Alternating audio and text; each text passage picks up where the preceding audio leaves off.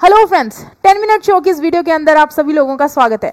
आज की वीडियो के अंदर हम लोग जेनेटिक डिसऑर्डर्स के बारे में डिस्कस करने वाले हैं। अगर आप लोगों को ये वीडियो अच्छी लगती है तो प्लीज अपने दोस्तों के साथ शेयर कीजिए, हमारे यूट्यूब चैनल को सब्सक्राइब करके बेल आइकन को प्रेस करना मत भूलिए और एक प्यारा सा लाइक भी आप लोग भेज सकते हो अगर आपको चीजें इन्फॉर्मेटिव लगती हैं। ये 10 मिनट शो एसएससी लैब के यूट्यूब चैनल के ऊपर मैं लेके आती हूँ रोज ठीक 4 बजे, जिसके अंदर 10 मिनट के अंदर मैं आप लोगों को इंपॉर्टेंट टॉपिक्स समझा देती हूँ, पढ़ा देती हूँ, जिनसे रिलेटेड आपके एसएससी और रेलवे एग्जाम के अंदर क्वेश्चन आते हैं। अगर आप लोग की कोई डिमांड है कि ये पर्टिकुलर क्वेश्चन आप लोग को करवाया जाए, इससे रिलेटेड टॉपिक से रिलेटेड कॉन्सेप्ट आपको सिखाया जाए, तो वीडियो के नीचे आप लोग मुझे कमेंट करके बता सकते हो।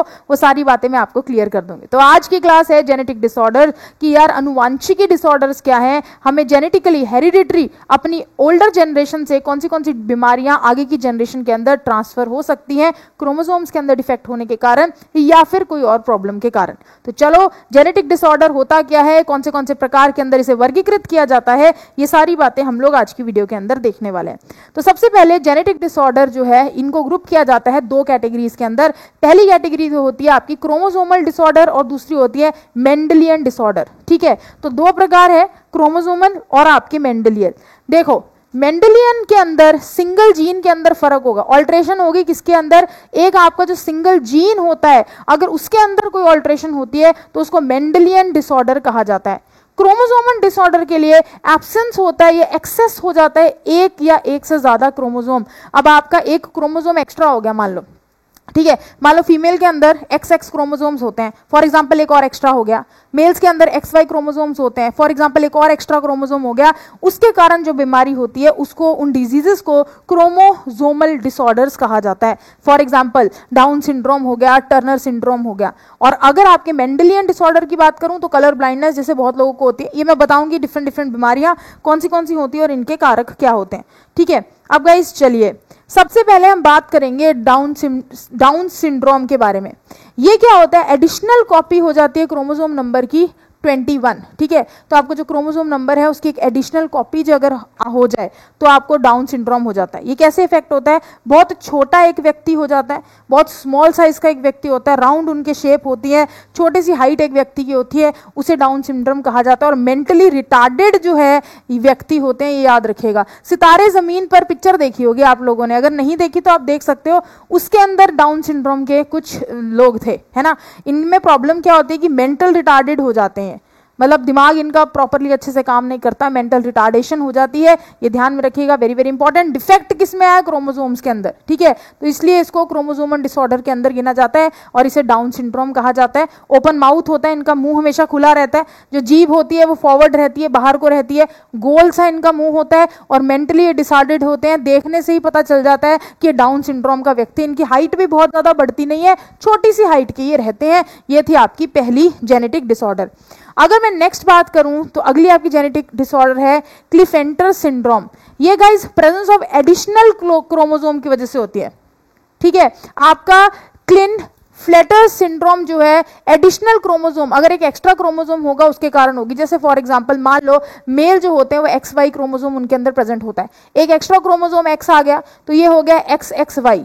अब इस केस के अंदर क्या होगा, क्या फर्क होगा, ये देखिए कि इसकी जो बॉडी है वो लड़के जैसी है, लेकिन इसके अंदर फीमेल जैसे कुछ पार्ट्स हैं। जैसे फॉर एग्जांपल, जैसे देखो ये पर्सन ओवरऑल तो मस्कुलन होता है, मसल्स होती हैं इसकी बिल्ड, लेकिन फेमिनाइन डेवलपमेंट इसकी होती है, जैसे कि डेवलपमेंट ऑफ ब्रेस्ट, जैसे इसकी ब्रेस्ट डेवलपमेंट है। ठीक है, तो इन्हें कहा जाता है क्लिनफ्लेटर्स सिंड्रोम, याद में रखिएगा, जिसके अंदर क्रोमोसोम की कॉपी जो है वो एक्स्ट्रा हो जाती है, बढ़ जाती है। नेक्स्ट आ जाते हैं अगले डिसऑर्डर के अंदर। नेक्स्ट आता है आपका टर्नर सिंड्रोम। ये कॉज होता है due to absence of one of the X chromosome. आपके X क्रोमोसोम एक एब्सेंट हो गए, जिसके कारण एक व्यक्ति को टर्नर सिंड्रोम होता है। देखो वैसे आपको पता है 46 क्रोमोसोम्स होते हैं, है ना, हमारे पास 23 इन पेयर होते हैं। ठीक है, एंड टोटल हमारे पास कितने होते हैं, 46 क्रोमोसोम होते हैं। तो 46 क्रोमोसोम में से अगर एक एब्सेंट हो जाए, यानी कि क्रोमोसोम का नंबर 45 हो जाए, ठीक है, तो हम लोग बोलते हैं कि एक व्यक्ति को आपका टर्नर सिंड्रोम है। ये फीमेल्स जो होती है वो सेरेटाइल होती है। ठीक है, और इनकी जो ओवरीज होती है मेरे दोस्तों ढंग से काम नहीं करती, सेक्सुअल कैरेक्टरिस्टिक्स इनके अंदर नहीं होते, मतलब सेक्सुअल कैरेक्टरिस्टिक्स जो है इनके अंदर प्रेजेंट नहीं होते, इसे टर्नर सिंड्रोम कहा जाता है। सेक्सुअल कैरेक्टरिस्टिक्स प्रेजेंट ना होना, रीजन क्या है कि यार क्रोमोसोम की कमी हो गई। 46 इन नंबर टोटल क्रोमोसोम है, 23 इन पेयर। अब एक अगर क्रोमोसोम कम हो जाएगा तो कुछ तो कमी शरीर में रह जाएगी, तो इन लेडीज के अंदर sexually secondary sexual characteristics present नहीं होते, ये बात ध्यान में रखिएगा। ऐसे अच्छी डेवलपमेंट नहीं होती ढंग से इनके अंदर, no breast development, no hips, broad shoulders and neck, menstruation इनके अंदर नहीं होती, यानी कि पीरियड्स इन्हें नहीं आते। तो बेसिकली ये फीमेल है जो कि पूरी तरीके से फीमेल नहीं है। क्लियर है बात यहां तक सबको? चलिए गाइस आगे बढ़ते हैं, नेक्स्ट डिजीज के बारे में डिस्कस करते हैं। अब मेंडेलियन डिसऑर्डर के बारे में बात करेंगे। इसके अंदर आता है हीमोफीलिया। हीमोफीलिया एक सेक्स लिंक्ड रिसेसिव डिजीज है, ठीक है। लेट सपोज करो किसी व्यक्ति जो हीमोफिलिक है, अगर उसको छोटा सा माइनर सा कट लग जाता है तो मतलब एक कट लगने से उसकी बॉडी से सारा का सारा रक्त बाहर हो जाएगा। क्वीन विक्टोरिया की फैमिली को ये प्रॉब्लम थी, ठीक है। तो ऐसे लोग जो होते हैं, ठीक है, बहुत रेयर केसेस के अंदर ऐसा होता है, लेकिन ऐसे लोग जो होते हैं वो अपने आप को काफी क्लोज करके, मतलब कहीं जा भी रहे हैं तो प्रॉपरली ढक के जाएंगे कि थोड़ा सा भी रक्त बाहर ना निकले। अगर उनको हल्का सा भी कट लग गया तो उनकी ब्लड जो है वो शेड आउट होगा, और ऐसे शेड आउट होगा कि पूरा का पूरा ब्लड जो है वो बॉडी से आउट हो जाएगा, ठीक है। तो ये इनका नुकसान है, ये याद में रखिएगा, वेरी वेरी इंपॉर्टेंट। तो ये आपकी ट्रांसमिट होती है, अगर कोई फीमेल कैरियर है वो अपने बेटे को ट्रांसफर हो सकती है टू इट्स सन, ठीक है। चलिए नेक्स्ट बीमारी, ठीक है। प्रोबेबिलिटी क्या है, फीमेल हीमोफिलिक कैसे हो सकती है? बहुत ही रेयर केस है, जैसे अगर मदर को है, ठीक है, तो अपने सन को ट्रांसफर कर सकती है। Female has to be least carrier, और फादर जो है वो हीमोफिलिक होना चाहिए, तब भी हीमोफीलिया हो जाता है, ठीक है। ये बहुत खतरनाक सी बीमारी है यार, आप खुद सोच के देखो, हमें चलते फिरते कहीं ना कहीं हमें चोट लग जाती है या हमारी बॉडी में से ब्लड निकल जाता है। अगर ब्लड निकल जाए, हमें चोट लग जाए, और आप सपोज करो कि किसी का ऐसा ब्लड निकले कि पूरा ब्लड ही उसकी बॉडी से बाहर हो जाए, बहुत ज्यादा मुश्किल है, ठीक है। ऐसे लोग अपने आप को सर्वाइव कैसे करेंगे? ब्लड की क्लॉटिंग नहीं हो रही, यानी कि रक्त का थक्का नहीं जम रहा, अंदर से कोई ऐसा सिस्टम नहीं है जो ब्लड को रोक सके, रक्त का थक्का जमा सके। क्लियर है? डन यहां तक? ओके चलो गाइस आगे बढ़ते हैं। नेक्स्ट टाइप की सिकल सेल एनीमिया, आपने बहुत बारी सुना होगा। ये ऑटोसोमल लिंक्ड रिसेसिव ट्रेट है, ठीक है, जिसके अंदर हीमोग्लोबिन मतलब आपके आरबीसीज जो है वो अलग हो जाते हैं। जैसे ये आपके एरिथ्रोसाइट्स कहलाते हैं आरबीसीज। आरबीसीज कैसे होते हैं? रेड ब्लड सेल्स जो कि ऐसे सर्कुलर है, ठीक है, ये आपके आरबीसीज है। इसके अंदर क्या होता है, आपके आरबीसीज ना सिकल सेल जैसे हो जाते हैं, ऐसे से हो जाते हैं, ऐसे, ठीक है, बीन से शेप के हो जाते हैं, इसे सिकल सेल एनीमिया कहते हैं, ठीक है। चेंज हो जाती है shape of RBCs, very very important. अब आरबीसीज की शेप चेंज हो गई फॉर एग्जांपल, तो आरबीसीज के अंदर हीमोग्लोबिन प्रेजेंट है। ये हीमोग्लोबिन ब्लड के साथ ऑक्सीजन को जोड़ने का काम करता है, तो ना तो ब्लड के साथ ऑक्सीजन जुड़ेगी तो दिक्कत आ जाएगी, और अगर ऐसी प्रॉब्लम होगी तो एक व्यक्ति सर्वाइव कैसे करेगा? गाइस याद में रखिए, this is known as sickle cell anaemia. Next आपका है फिनाइल कीटोन्यूरिया, ठीक है। ये कौन सी बीमारी है?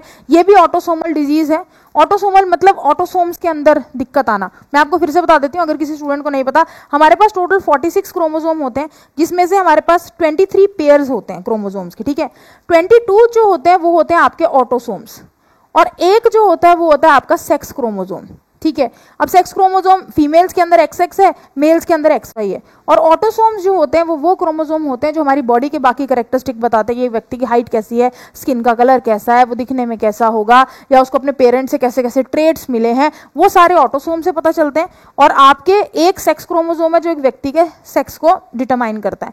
अगर बाई चांस ये सेक्स क्रोमोसोम के अंदर कोई डिफेक्ट आ जाता है ठीक है, तो उसको हम लोग कौन सी डिजीजेस कहते हैं? क्रोमोसोमल डिजीजेस, जो हम अभी देख के भी आए, आपने टर्नर सिंड्रोम्स बहुत सारे देखे, ठीक है, डिजीजेस। तो आपका इस बीमारी के अंदर क्या होता है? लैक इफेक्टिव इंडिविजुअल लैक करता है एंजाइम जो कन्वर्ट करते हैं अमीनो एसिड्स को किसके अंदर? फिनाइल एलेनाइन के अंदर, और मेरे दोस्तों टायरोसिन के अंदर।